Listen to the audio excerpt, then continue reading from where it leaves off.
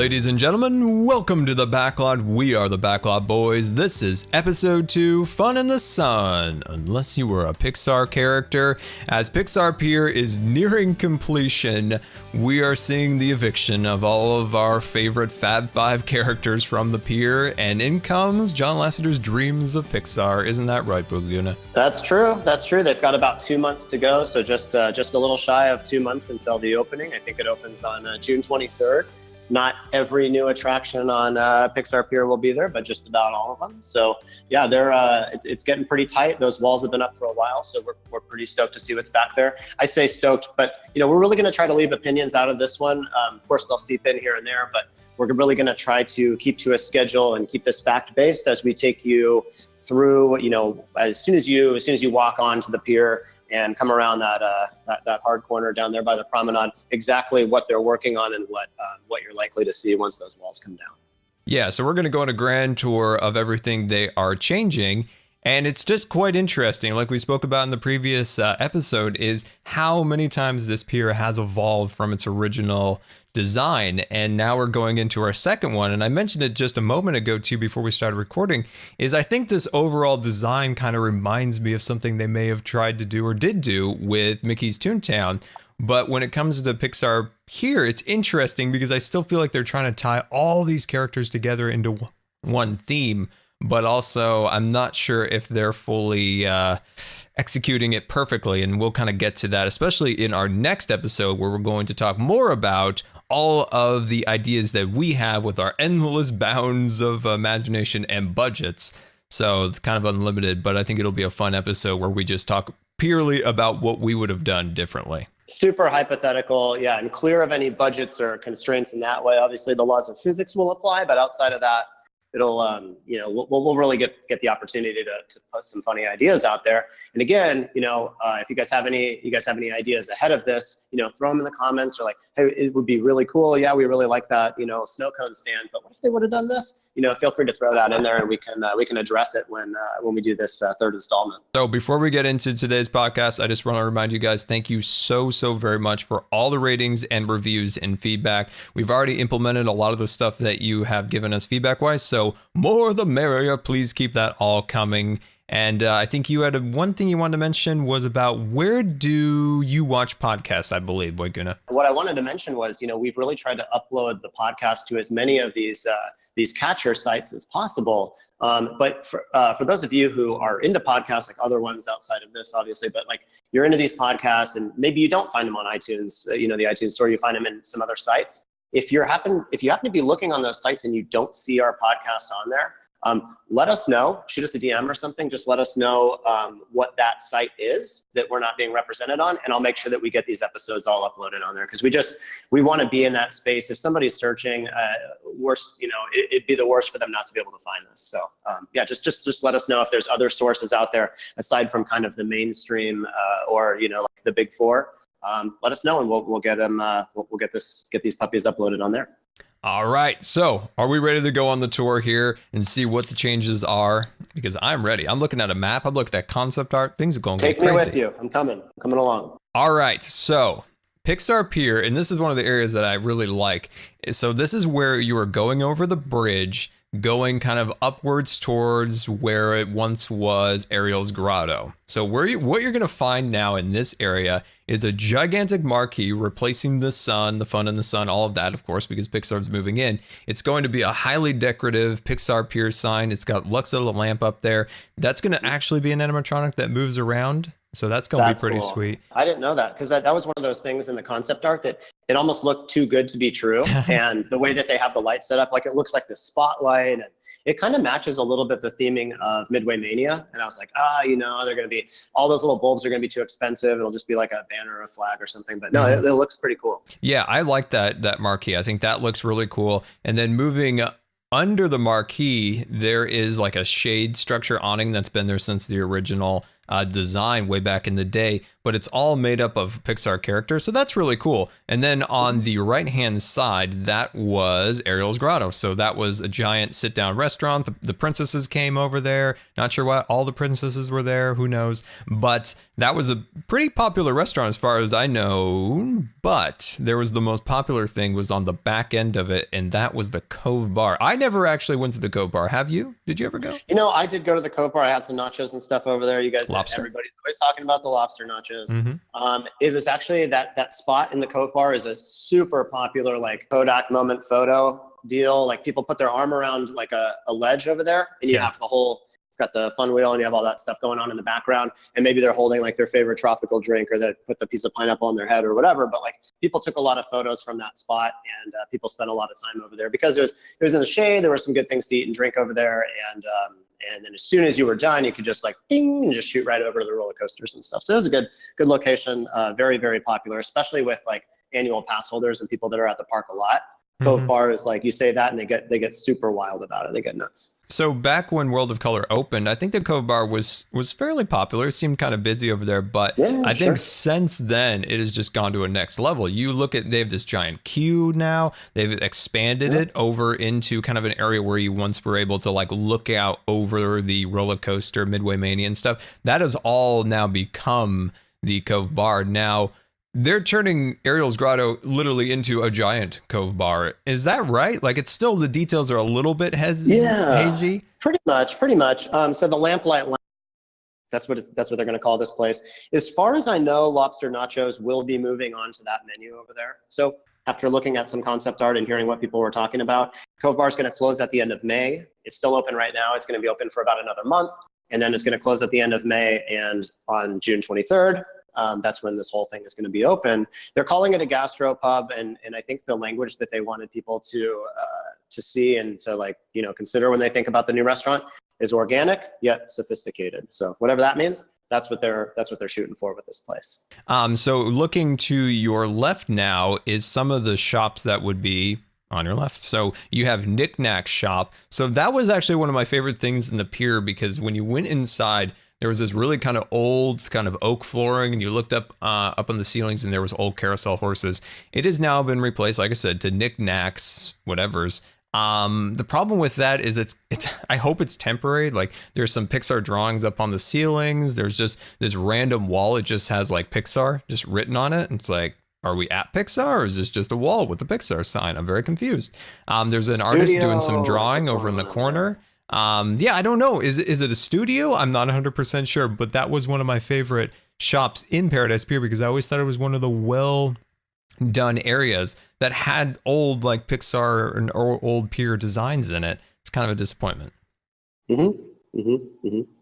So that's a bit of a disappointment, but I think it's more temporary. So I think from the sounds of it, you like what's about to come next, and that is the adorable, not abominable, the adorable Snowman Frosted Treats. Yep, you'll note that it said abominable, I think, and it's crossed out, so adorable above. It looks like he did that because the handwriting's kind of, it's not great. And he's got those giant fingers, so like he couldn't have the best penmanship. But it does look really good. It's going to have some non-dairy frozen treats. People have talked about maybe there's going to be some lemon Dole Whips over there. They definitely are going to be yellow. But maybe there'll be some other stuff over there too. But the artistry of the facade, the outside of this place looks pretty cool. I've always kind of liked that snow monster anyway. So yeah, I think it'll be pretty good. Snow cones, yeah, again, like other frozen novelties. They were really specific when they said non-dairy. So I think it's just reminding you like, hey, this is not just an ice cream place, or there's straight up no ice cream. One way or the other, don't go in there expecting, the best ice cream cone of your life. I would think they would have snow cones, because in the movie, the abominable snowman, or adorable snowman, depending, he always had his little snow cones, Yeah, but people are not saying that this is like straight up shave ice. Like it's not. Okay. There's going to be other things. Although like non-dairy frozen treats, like that's snow cones, or that's it also those little cups like the Minute Maid frozen lemonade type things. They're not going to have that, but like maybe they're going to have like some kind of variation on that, or it'll be something kind of like a Dole Whip. I don't know. I like the facade of it. I think it's kind of funny. He's up there. He's got the snow cones. I hope that's more of like a 3D sign. So me too. It looks like he's building. For those of you guys who haven't seen it, there's like a yellow and white stripe, like candy striped awning that goes down. There's a little bit of snow on top, and he's sitting up there. He's really excited about these treats he's going to offer up. It'd be awesome if he moved. There's a little light that's like kind of affixed above his head to highlight him a little bit, probably at night. But yeah, it'd be cool if like his hand moved or something sort of cheesy, or if as long as it just came out, as long as it, yeah, like you said, as long as it's 3D off the place here, I think people they'll be happy with it. It'll look good. So we're now going into Pixar Pier. Now, Pixar Pier is what they call neighborhoods. See, this is when they originally spoke about it. I thought that they were ditching the entire pier concept.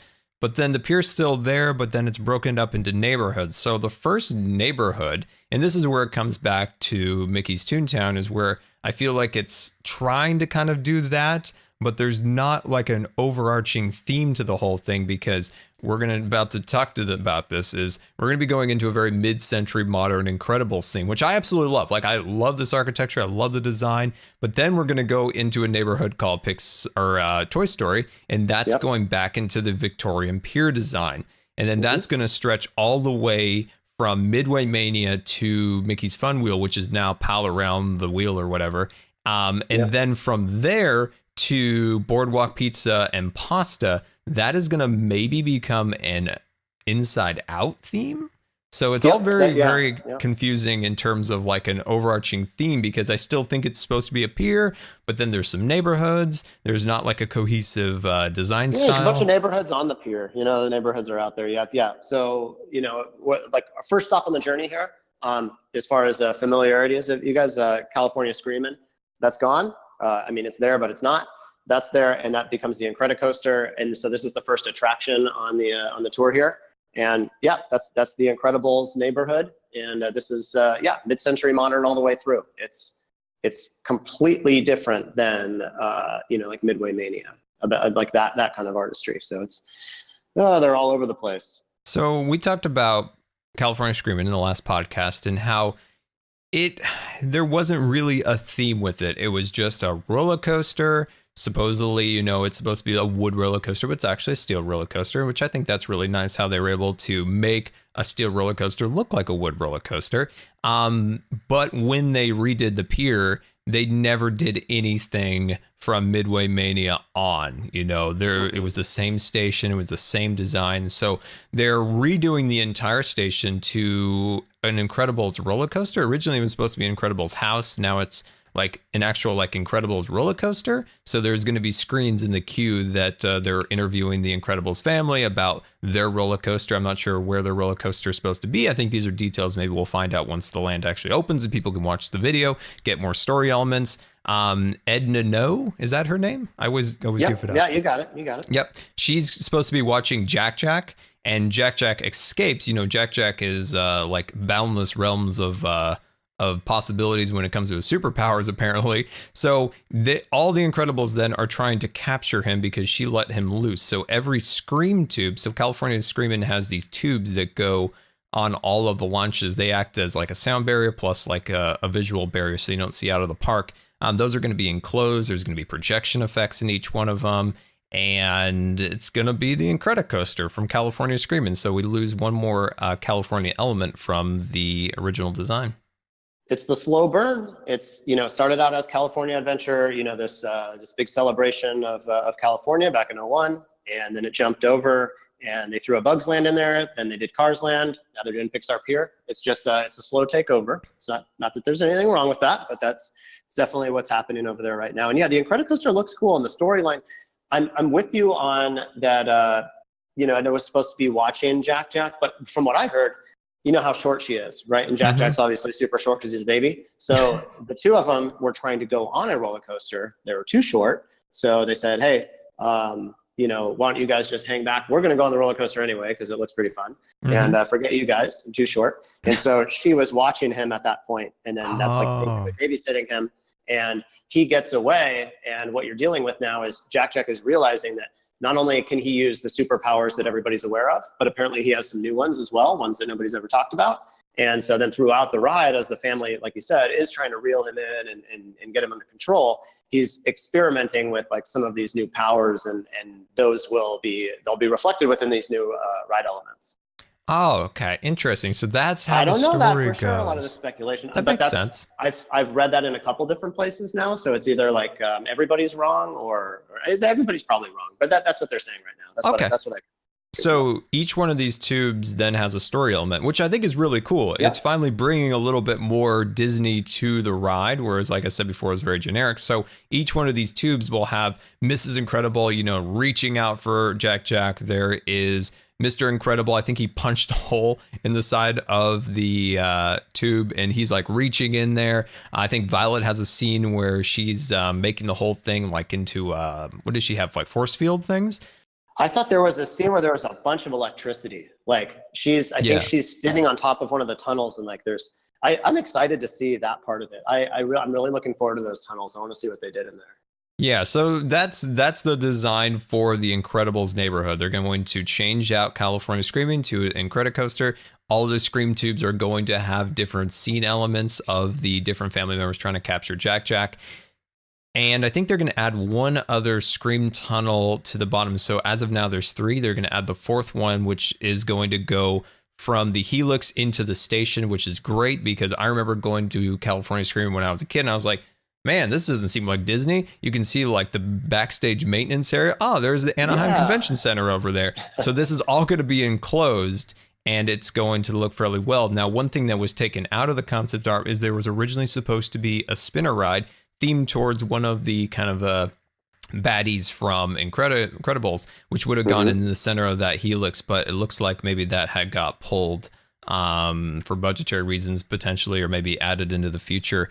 One other thing they're going to add in the Incredibles area is a Jack Jack cookie stall. So you can go up there and get yourself some cookies because Jack Jack loves cookies apparently. Now, I don't know this for sure. I've read that. Obviously, that's something that's obvious. It's in all of the it's in all of the concept art and everything. But some people also say that it could be a photo store, only because how could like a cookie station or whatever, how could it occupy so much space? Because if you look at and this is like assuming that the rendering is like somewhat to scale, not any like practical scale, but to scale with the other attractions within the rendering. Mm-hmm. The Cookie Palace is very big. And like, if they were having just a station that had straight up cookies, it would basically be like a wheel cart. But this one, it looks like it's pretty big. So some people have thought that that's going to be the station that has your opportunity to like buy the photos from the Incredicoaster. So if they take your picture at the bottom of a drop or around that last corner, like they used to with Screamin', maybe that's where you can, all those screens are up and people can look. I don't know this for sure. Again, it's just people talking, but that was one of the ones that I did buy into because I was like, well, it is a really, really big building to just have cookies. And I love cookies. I hope it's full of cookies, but I can't really count on that. I don't know. Well, I'm a little disappointed it's not cookies, but that does actually make a lot of sense. Once you've said that, now I'm thinking, okay, because that location that the cookie stand is the exact location, looking at an aerial view of the actual land from Google Maps. That's where you do buy the photo. So maybe not, maybe it's just themed to the cookie shop, but it's interesting. We'll see. So we're in the Incredibles neighborhood, mid-century modern. Yeah. So I wish I didn't interrupt. I think you were going here anyway. But the architectural theme of the mid-century modern 1950s style. Yeah. It's really funny because people have talked about that some of that theming is actually where some of those ideas came from was Glendale. Where the Imagineering offices are themselves. Mm-hmm. Some of the buildings over in Glendale were actually constructed right around that same time. So people going into Imagineering every day, they see that, and so that's kind of where their heads were at when they were working on some of that. And what I thought was especially interesting is if you guys are listening to this and you're on your computer and you think about this later, look up 1956 Tomorrowland, and a lot of the structures that were in Tomorrowland back in the mid-50s, right around the time that the park opened for the next few years, a lot of those structures look very similar to the concept art of the Incredibles neighborhood. It is. Some of them are eerily similar, like these arches that are kind of filled in on the insides, like super rounded on the inside part of the arch, but then really pointy on the tops. It looks, man, one of the buildings, or one of the like sides or facades of one of the buildings, like looked identical to 1956, 1957 Tomorrowland over across the way at Disneyland. Well, Imagineering itself is like a very mid-century modern building. Big time. Yeah, interesting. So We're leaving. It's still just, to me, when I think of this whole thing, is it's a little bit confusing with the old pure Victorian style, but then there's just this one chunk of land that is mid-century modern. You got to get over it. Moving on to Jesse's Critter Carousel. Yeah, so Jesse's Critter Carousel, I spoke a little bit about merry-go-rounds and my thoughts on having two of them in the same vicinity of the parks. Doesn't quite make sense. Triton, you're out of here. Yeah, so King Triton, he's been sent into the lagoon, and Jesse's moving on in with the critters. So the critters from Midway Mania. You win these as prizes when you are getting your votes tallied. So these are the creatures that are going to be in the merry-go-round. So these are from Woody's Roundup. So these are the little critters that Woody rescues in the second movie. So, I mean, it looks fine. It looks like they kind of, decorated it up. Looks fairly nice. I really hope they make this look better than King Triton's Carousel. King Triton's Carousel, the fish are really nice. They're shiny. They look great. But everything else is terrible. You got these cement water fountains. Usually they don't always work. So I hope they kind of fix that up and make it look quite a bit nicer in that area.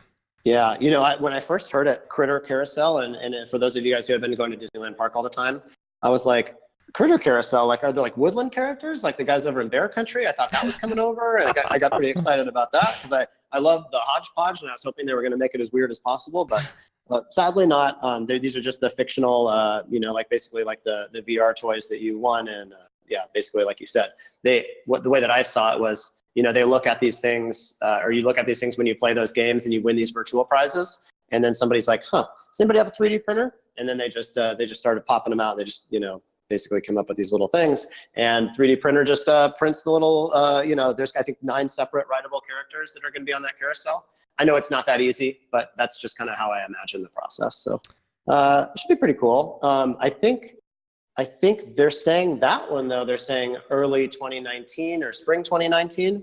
That one's not going to be open on 6/23. So you're going to have to wait a little while on the Critter Carousel, I think. Yeah, there are definitely a few elements that aren't going to make this. Is it June, I think, the opening of Pixar Pier?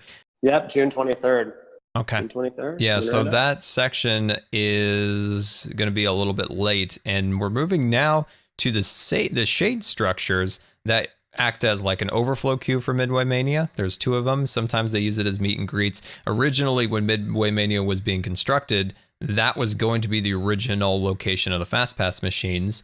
Of course, Midway Mania didn't open with FastPass, but I do believe Midway Mania has FastPasses now. It was introduced maybe a year ago. I haven't been to the park since then, so I'm not 100% sure on that. Maybe they did finally move actual FastPass machines under those awnings, but those are now teal color. Originally, they were very dusty, kind of reddish color with kind of a tan accents, very reminiscent of the Hotel Coronado in San Diego? Coronado down there in San Diego. Yeah. Very reminiscent to that design, and they're going to be changing the 2, fast food stalls next to them. Those were kind of a newsstand type design, and then there was a chicken place. So what are they going to do over there? What's the design of those? All kinds of stuff. You guys have seen some of these things. If you've looked at any of the concept art, Poultry Palace, I kind of want you to talk about that because you did have some inside information. Mm-hmm. One thing I think that'll throw a lot of people off is I think there's a lot of people that go to the parks that are they're familiar with Pixar, the big Pixar productions that are in the theaters, and all the merchandise and everything. But maybe they don't know the shorts as well. These Pixar shorts, or sometimes most of them are aired at the beginning of a big Pixar movie, but some of them are never make that cut, and so you can watch them on. I think Amazon Prime has some of them. I know that Netflix doesn't, but you can find places. Sometimes there's you buy a whole Blu-ray and it has just tons of shorts on them.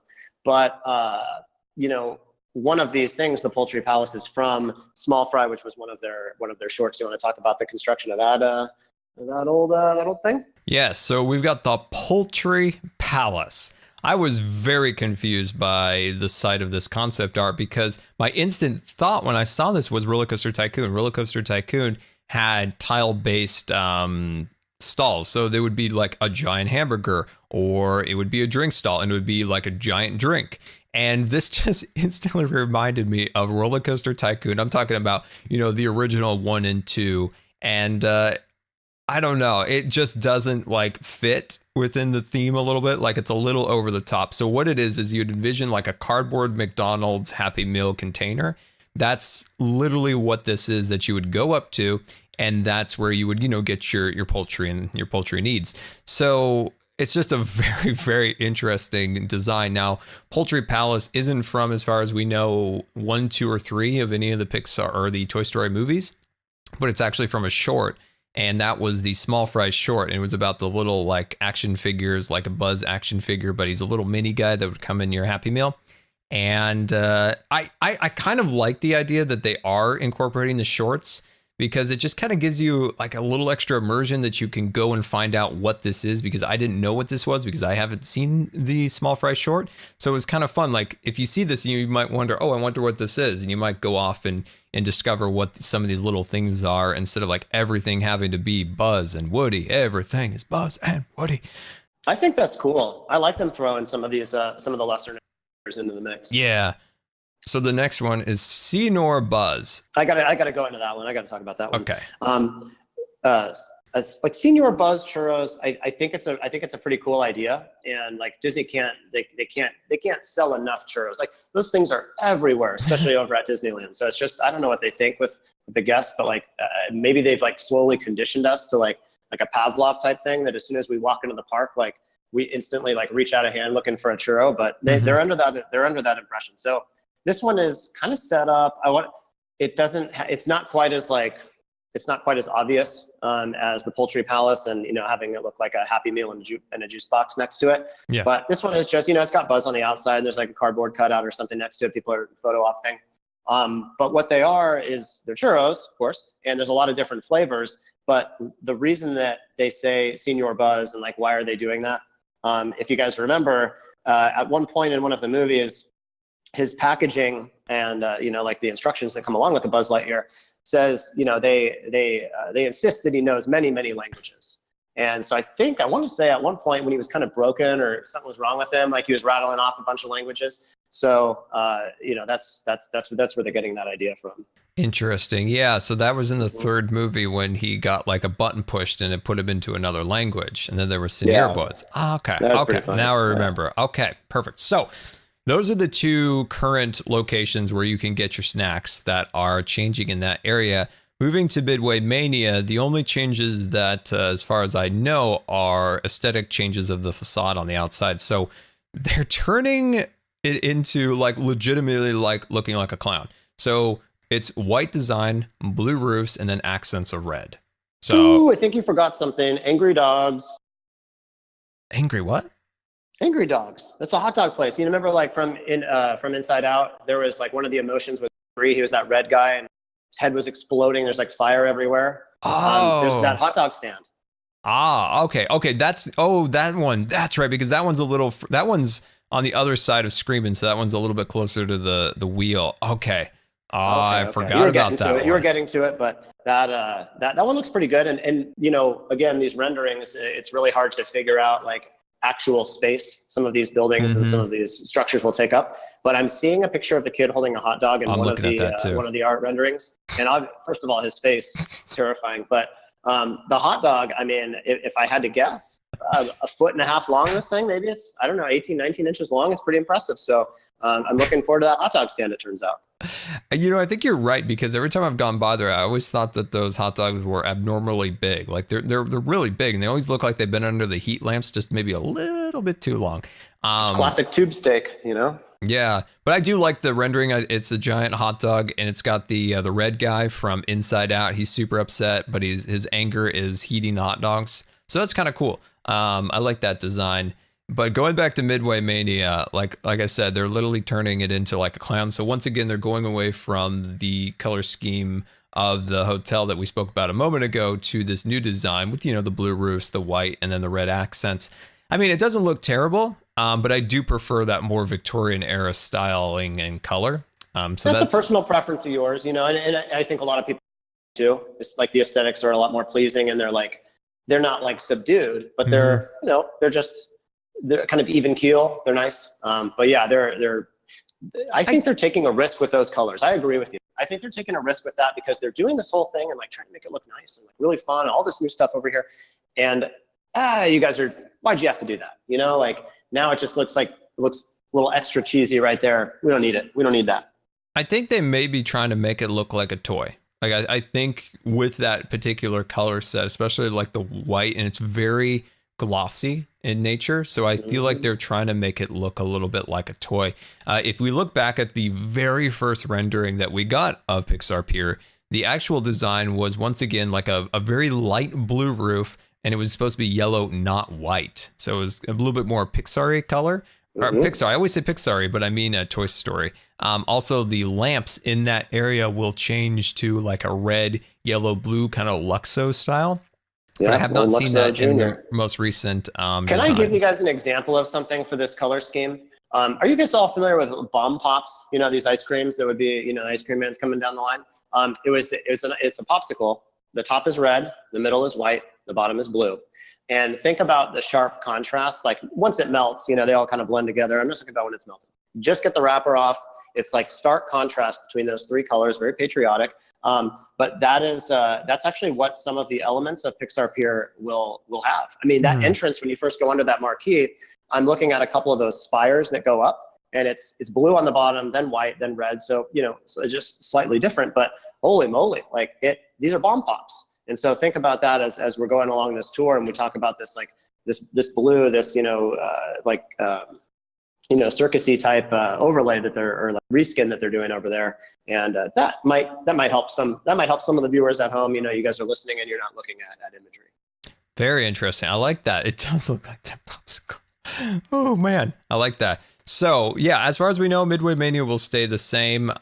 Back when Midway Mania was first developed, Imagineer said that they could easily add seasonal overlays. So maybe a Christmas, maybe a Halloween thing. So maybe that'll come in the future. That would be really cool to get seasonal overlays. It wouldn't require much other than programming a new game, you know, just swap in, swap out. So that would be something to look forward to in the future. So moving down, we'll go past the old hot dog cart with those foot-long, well heated hot dogs, and you'll see the Midway games. So tell me about these Midway games, because these are supposed to be Pixar shorts once again. Yep. So a lot of you guys probably remember, you know, these were the games of the boardwalk, or is that what they call it? I think they call it the games of the boardwalk. Yeah. So the Promenade, Pixar Promenade, which is where we are now. It's 4 games that I know of, and you know, you never know, like once those walls come down, there could be a whole different deal over there. But I think the only new one, and please correct me if I'm wrong, I think the only new one is going to be the Bullseye Stallion Stampede. And this is the traditional carnival game where there's a bunch of horses lined up, and then there's like this buzzer bell type thing that goes off, and you're probably squirting water into something or whatever everybody, all the participants, everybody playing this game is doing something to get their horse to run a little faster than everybody else. And it could be like pushing something or hammering something with, you know, usually it's water. I feel like these are always water. And then you have a pitch and catch style game. And you guys are familiar with that. That was the Casey at Bat, if you've been there before, if you've been in the park. And this is just one where you're pitching a ball and it needs to go in a certain area. Maybe you'll win a prize if that happens. And that's going to be called Heimlich's candy corn toss. And then the third one is former Dumbo's Bucket Brigade. And this one I'm positive was a water spray one. So now I'm assuming whatever you're doing with the horses to get them to run fast, I don't know. It's probably not water. So this one is actually now going to be Wally's Space Spin. And it'll be something like this. I don't know, you're squirting water, and then whoever wins, and you get the stuffed animal. So that's the third one, is a classic water spray ride. And then the last one is just a normal, regular old fishing one. You guys were familiar. The old one was called Goofy Back Fishing. And that one is now going to be called La Luna Starcatcher. And have fun with it in your imagination. I looked at it. It looked okay. So that's what's going to be there in terms of the games. Yeah, it's really interesting because I'm thinking about this. I originally thought all the games were going to be themed towards the shorts. I didn't know it was only that one specific one, the Goofy's catcher. Now, when they redid these, so this, of course, will be the third time these games have been completely redesigned. I really like the Goofy one, just looking at it aesthetically, and the Bullseye one, I suppose, is just not going to change because, of course, it's Pixar. So the rest of them are out of here. Yeah. You know, now Jeez. More than 50%, or like, you know, skirting on 50% of the parks. How big is it? California Adventure, like 72 acres or something. Like at least 50% is now going to be Pixar themed, because you have You had Cars Land, you had Bugs Land, you had the Monsters Inc. ride over there, and now you have the pier. Like that's at least half the park. It's got to be half the park. Yeah, that is true. But Bugs Life is out of here, right? They've evicted Bugs Life. I know that. Oh, that's right. Okay, so yeah, creepy and kind of sort of weird looking. I thought they were sweet. Yeah, I think that area was okay. The only drawback to that, or the only, what they could have done with Bugs Land that would have been cool, this is a side note real quick, is if Heimlich could have been more freewheeling. Like if he could have like circled the entire area, gone on more of like an adventure, maybe even gone up like track a little bit higher above. Well, Oh, it would have been really cool. Something similar to Alice in Wonderland. Going over the leaves. He was so funny. His comments, his voice, that's one of those rides that like there's a lot of rides that I'll do a number of visits and I won't make it on. But that one I always go on. His voice. He's so funny. He just makes me laugh. And when he's laughing, everybody's having a good time, and I like that ride. You're right. It would have been awesome if they could have added a little more to that experience. Yeah, but back to the pier we go. Yep. And so we finished the games. Can I say one other thing, please? Yeah. So the other thing that's going to be over there, and for those of you guys, again, and I hate to make like so many assumptions, but you've probably been to Disney.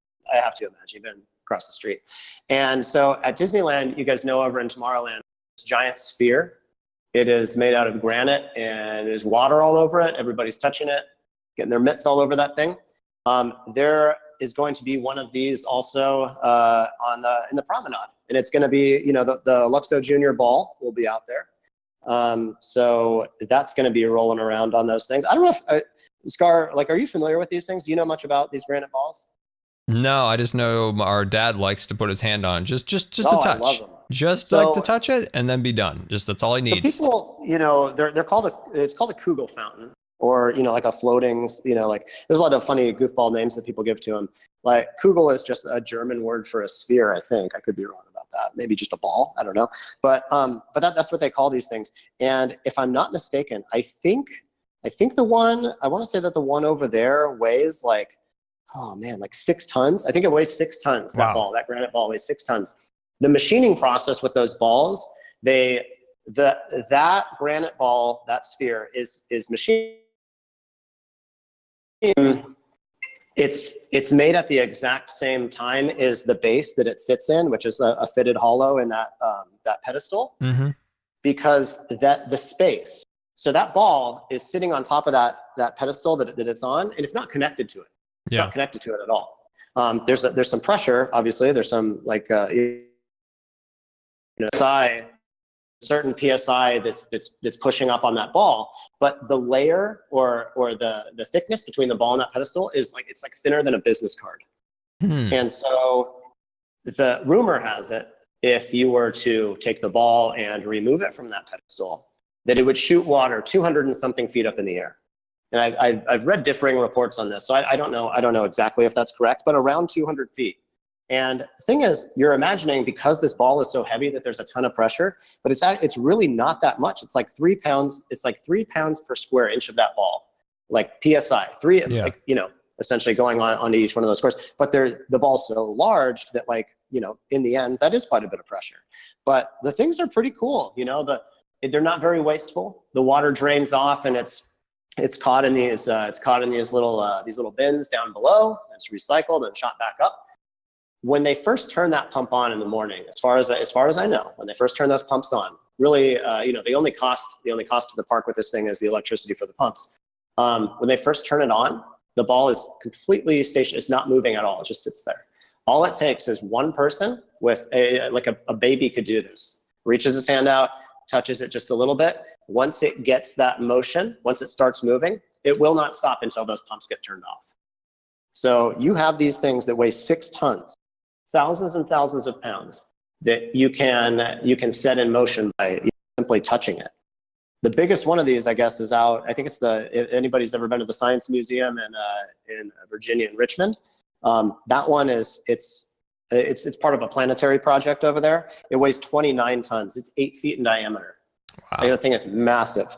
And that same thing, you barely touch it, starts going. It's pretty cool. So it's just if you want to think about that ball and that pedestal and how those two things work, it's basically like a ball and socket joint, like on your body, like a hip bone or something like that.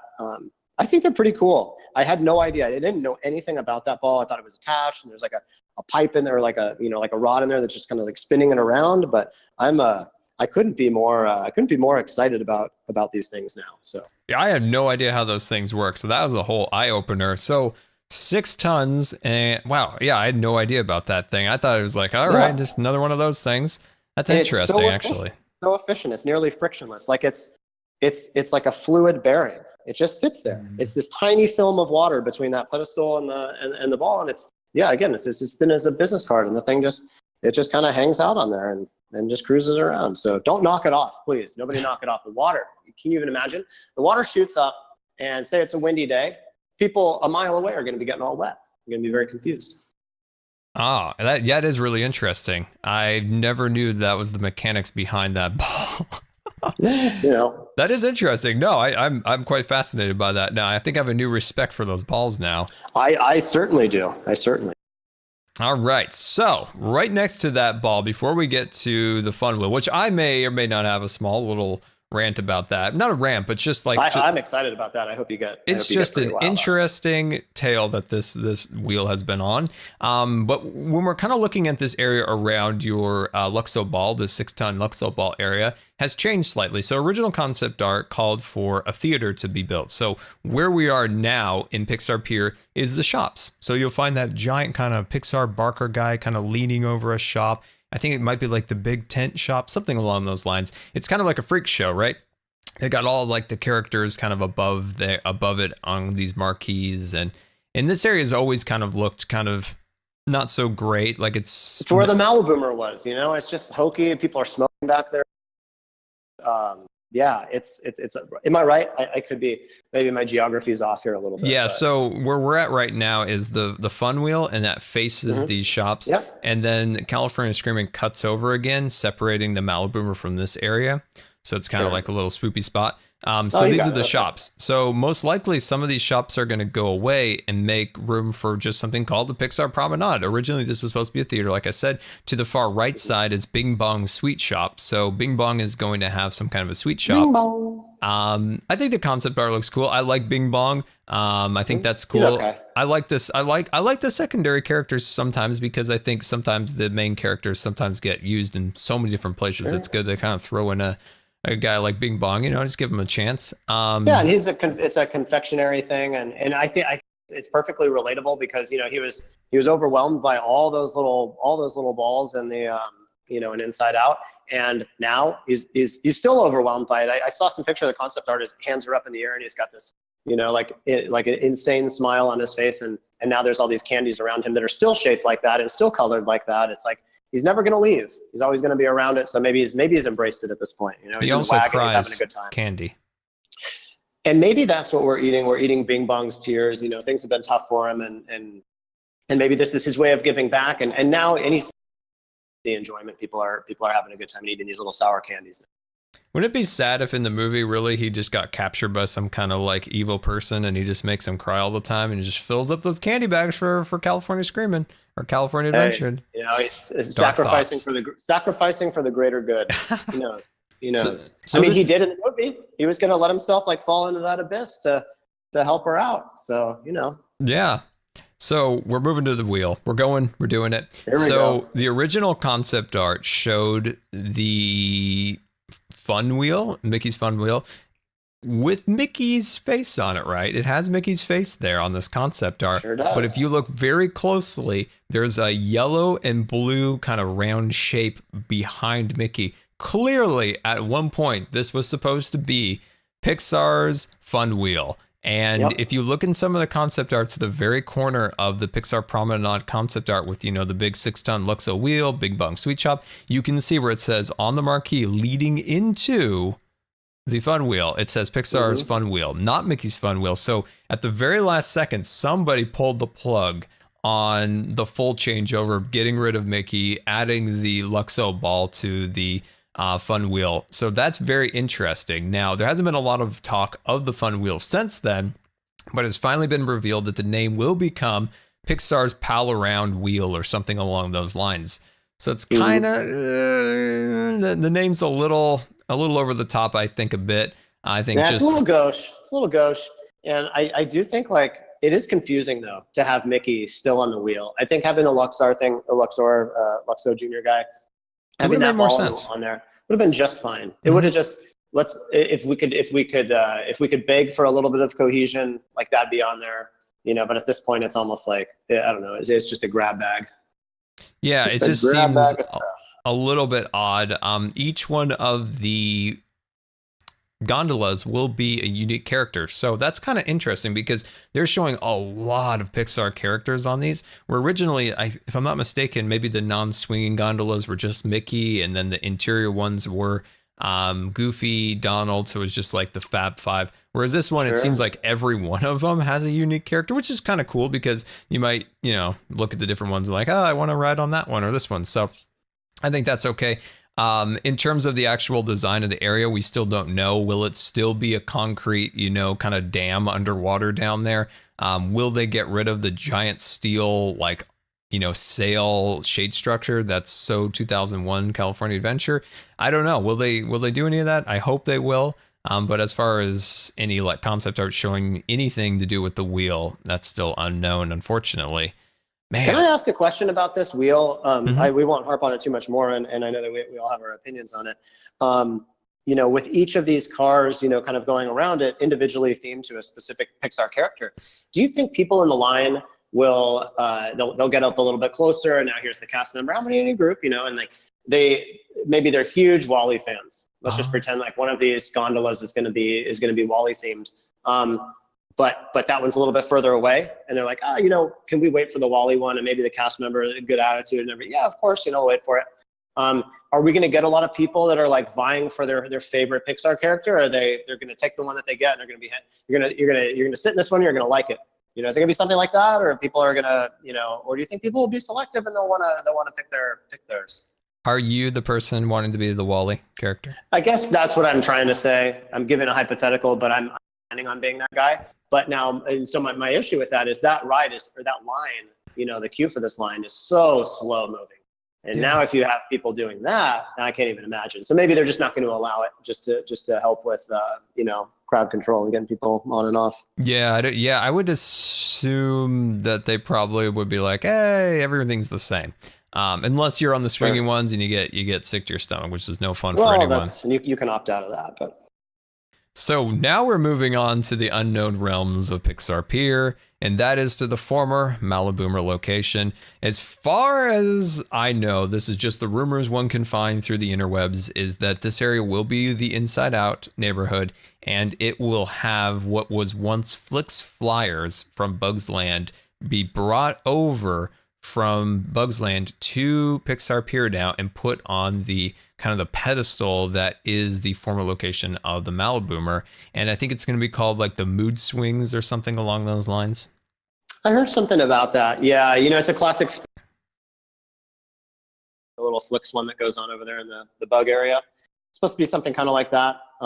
Or if anybody's been to Tokyo Disney Seas, it's the Blowfish Balloon Race.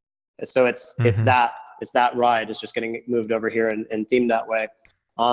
These are they're often referred to as like a hanging balloon ride. I think Zamperla, like 60 something years ago, came up with this design. They're these Italian guys. So, you know, Italian designed and all this kind of stuff. So it's a good ride, but it's like these, I don't know how to describe this.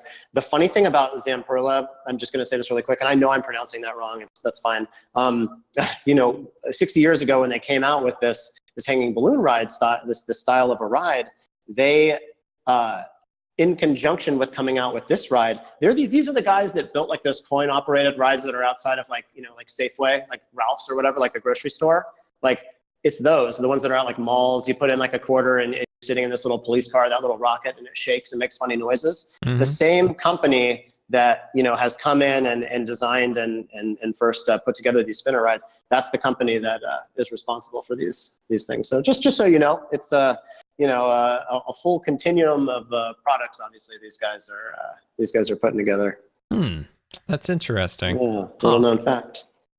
Okay. That is interesting that company makes that too. Interesting. So yeah, that is as far as we know, what's going to go into that corner. So you kind of have that Incredibles neighborhood. You have the Toy Story neighborhood. I didn't call it Pixar that time. See that? I Good did for it. you. Yeah, Yep. I'm proud of myself. Getting it together. One day at a time. One day at a time, ladies and gentlemen. And then moving over to the Inside Out area. I don't know, like, is this Inside Out area going to be similar to the Incredibles area where it kind of, what's the style going to be? Because Inside Out, I mean, it was set in modern day, but it was also inside of a mine. So it seemed like when it was inside the mine, like everything was all kind of weirdly rounded and stuff like that. You know, each person's mind was slightly different. Whereas Riley, there we go. See, I'm working on it. He'll get there. Give him a second. He'll get there eventually. Yep, you'll get there. Like everything in her area was very like soft and rounded, whereas like her dad's head was all like, it looked like the Starship Enterprise or something. So yeah, that was pretty cool. I like that. Yeah, I liked the movie. The first time I saw it, I think I was just, there were some sad elements and, it was a tough day or whatever, but I do really like that movie. Like, what if, now that they've really done away with, like the Pacific side of the pier over there, or not like done away with it, but yeah, pretty much. Maybe this is them bringing San Francisco back into California Adventure. What if they themed it off? She moved to San Francisco. What if they themed it off of Minnesota? Riley first lived in Minnesota, then she goes to San Francisco. Hey, I mean, they could get really weird and very confusing with this if they wanted to. I'm hoping that they don't, but I would also get a good laugh if they did. So, don't you think that Pete Docter, who was the director of Inside Out, do you think he kind of put a little bit of himself into that movie where he once, when he was a kid, moved? Absolutely. Actually, a funny story, and I'm not going to name any. A friend of mine, her choir teacher, Pete Docter's mom. Oh. When she's growing up. I don't know if it was in middle school or high school. It was. She's from Minnesota, and so Pete Docter's mom was like her choir teacher. And I want to say Pete's living out in California. Doesn't he live he lives just south of the tunnel. He lives kind of over by like Berkeley and like Orinda over in that area. And I could imagine for sure that he's like thinking about. So Riley is like maybe his life is represented in that way. I don't know. That's Full good, circle. good He used to live in the town that he lives in now. There we go. What's that? He lives in the town you used to live in. Yeah. Oh, yeah. Lafayette. That's right. You might have to edit that out, privacy, but everybody knows. Everybody knows he lives in Lafayette. So yeah, so that is the Inside Out area. And once we leave the kind of that helix area that makes up the big turns of California Screaming, we disappear back into 2012, redone in Pixar Pier. Not 2001, but 2012. We've got the Boardwalk Pizza. We've got Silly Sympathy Swings. We've got Goofy's Flight School. You're home. You're Jumping back home. Jellyfish is You're still back to there. being comfortable. Everything you come to know, and either you're back. It's back. Never left. Never left. Never going anywhere. Golden Zephyr is still hanging out, still closed due to high winds. We got the high winds on the.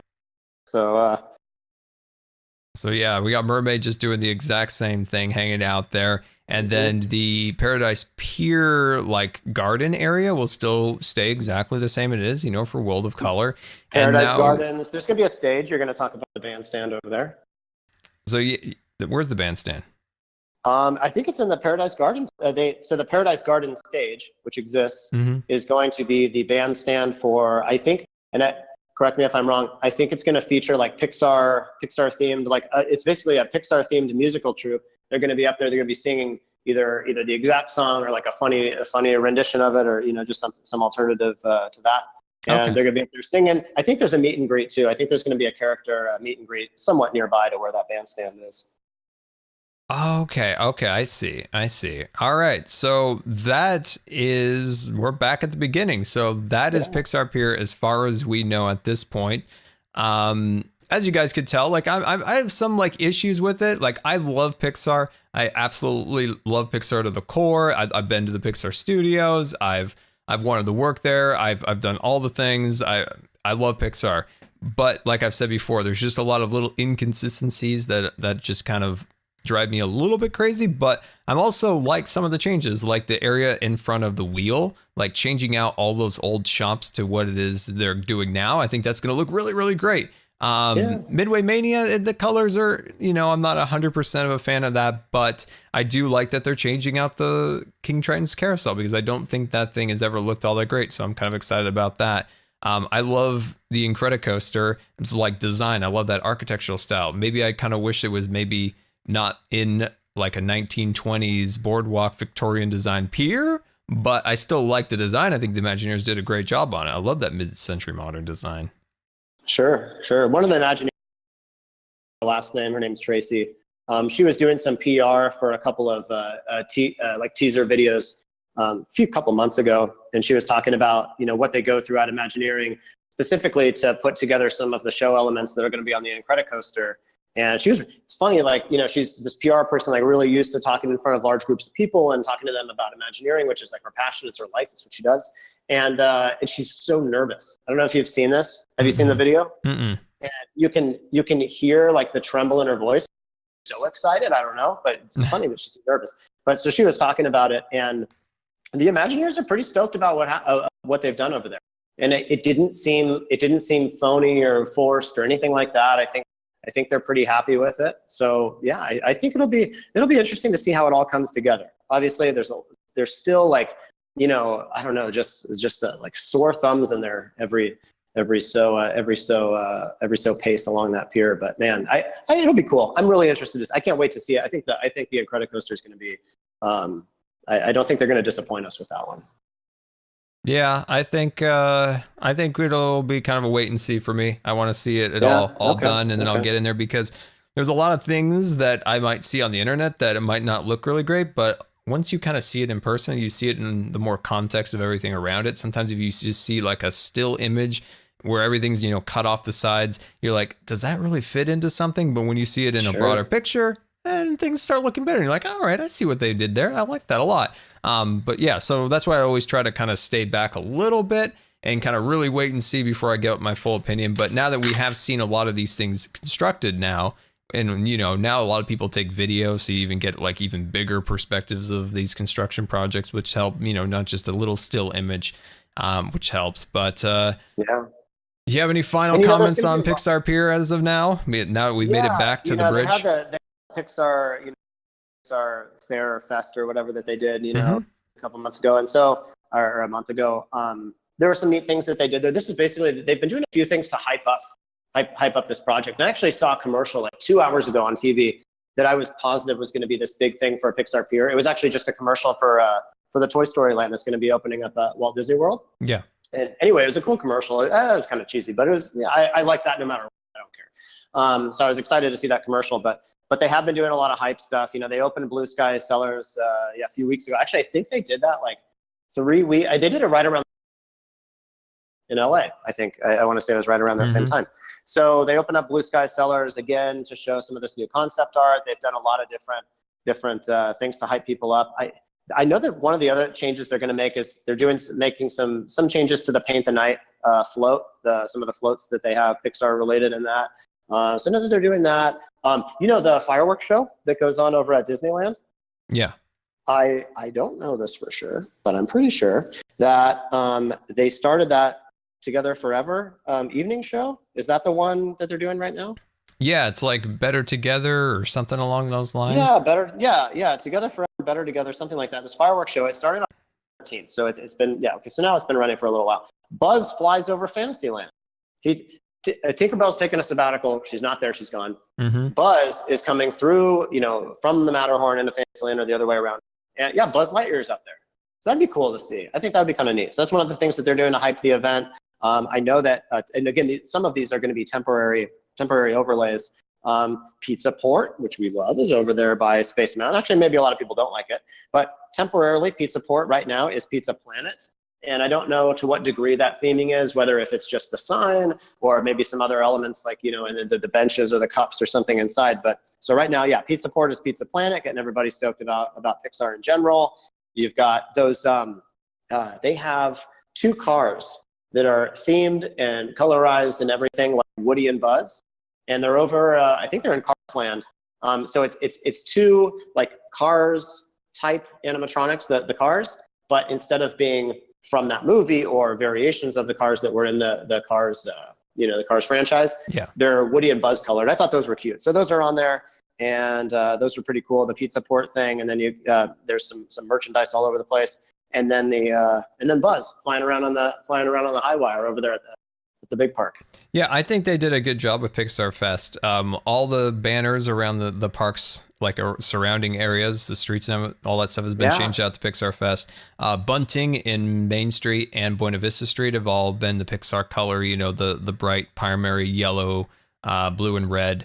So that looks pretty cool. And it just seems like they did a really good job with all the decorations. The pizza port, it's kind of cool. They have the Green Army Men kind of floating around the interior, and they put all these little planets up there.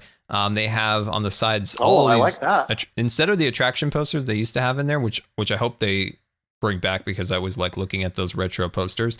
But they have the Green Army Men, but they're visiting planets of food. So each planet is like themed to a piece of food, which is kind of cool. And I can get down with that. That's pretty cool. For the fireworks, not only is Buzz up there, but they also have the house from Up that flies over on that wire too. Oh, that's right. I forgot about that. They do have that house. It looks cool. I do have a problem with it though. Obviously, this is a very difficult effect to achieve. Mm-hmm. But when you see it, it's not.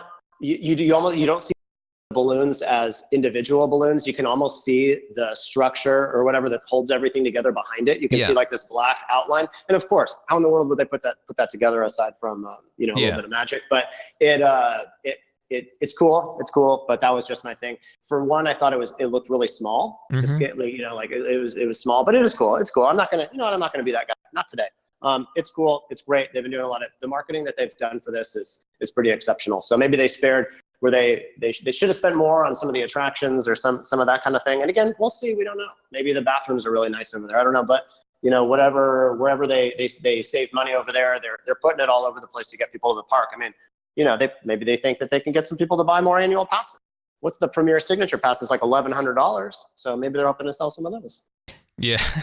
Yeah. I do think with that house, like if you're way down on Main Street, you wouldn't maybe notice that. A lot of those pictures sometimes are always like zoomed in really tight onto it. But yeah, I think for Pixar Fest, this has to be one of their best like yearly celebrations they've ever done. Like that's totally my opinion. Definitely. But if you want to see this stuff, I know we're just kind of an audio podcast. Go to a website called West Coaster. So coaster as like a roller coaster. And look at some of their photos from their trip to California Adventure and Disneyland on the 23rd and 26th of April. Really, really good pictures. You could see downtown Disney. They have a lot of like abstract like planters with, the shark from Nemo and different stuff like that inside their like planter beds. So they're like flowers that are shaped like some of the characters. I think that looks really cool. Marquees above California Adventure and Disneyland. It says Pixar Fest. Lots of cool merchandise options throughout the area. I just think they did a really solid job on this. There's just a lot to do if you wanted to go and check that out. West Coaster, he just put you on the news. I used to look at this website back in the day, and I just saw that they started reposting stuff again, and they do a good job at it. Also, there's a lot of concept art from the Blue Sky Skeller, so all the little things we talked about, you can see this art for yourself. And if you go to that website and look at this post, you can see all the little concept art that we've been speaking about. Or if you want to learn more about there's all kinds of resources online for that. Yeah. So I think that was a pretty good, tour of Pixar Pier, where we looked at all the different things that are happening. We had our opinions here and there. Sometimes we are a little critical just because we love it. We care about it. Sure, Disneyland is part of our hearts. So when there's changes, we want them to be the best changes possible. So we always have a lot to say about things. And I think in our next episode, we'll kind of talk more about what we would have done, because you can be negative all you want, but you got to come back with something productive, something constructive instead of just being negative. Don't point out a problem with a solution. That's standard etiquette. People, I feel like, and we're all guilty of it, but yeah, if you're going to complain about something, be ready with an alternative. 100%. So like we said at the beginning of the podcast, guys, feedback is always very important. If you guys could leave a review, a rating, anything along those lines. And if there is a place, like Baguna said, you want to see the podcast, definitely let us know if there's another resource out there. We're definitely going to be working on getting the YouTube channel set up. Am I right? Yeah. So we're working on the YouTube channel. What we'd really like to do is offer you guys like this whole thing done in video, because I've got a lot of mannerisms that I think might help explain things. Sometimes like a pitch of something or like an angle, I'll do this whole thing. But also I think it would make it more fun, and we would also be able to share with you guys, some show elements. And as we describe something, maybe we're not doing the best job of describing it, so we can visually show you exactly what it is. I think once this evolves to where we have like some split screens of ourselves and we can share some content. Our website is also going to have a lot of show notes and links, just links to things that we think are absolutely essential to what we've just talked about. We definitely have a long ways to go, but thank you so much. Thank you for being a part of the journey. We're having a good time. So please continue to give us feedback and subscribe and all that kind of stuff. We're not even going to go there, but like. Thank you, and all the feedback in the world will, it'll get better. And there we go. So until next time, this has been the Backlot Boys. We will see you in episode 3. Our thoughts on how Paradise Pier could have been. So until next time, we'll see you later. Goodbye. See ya.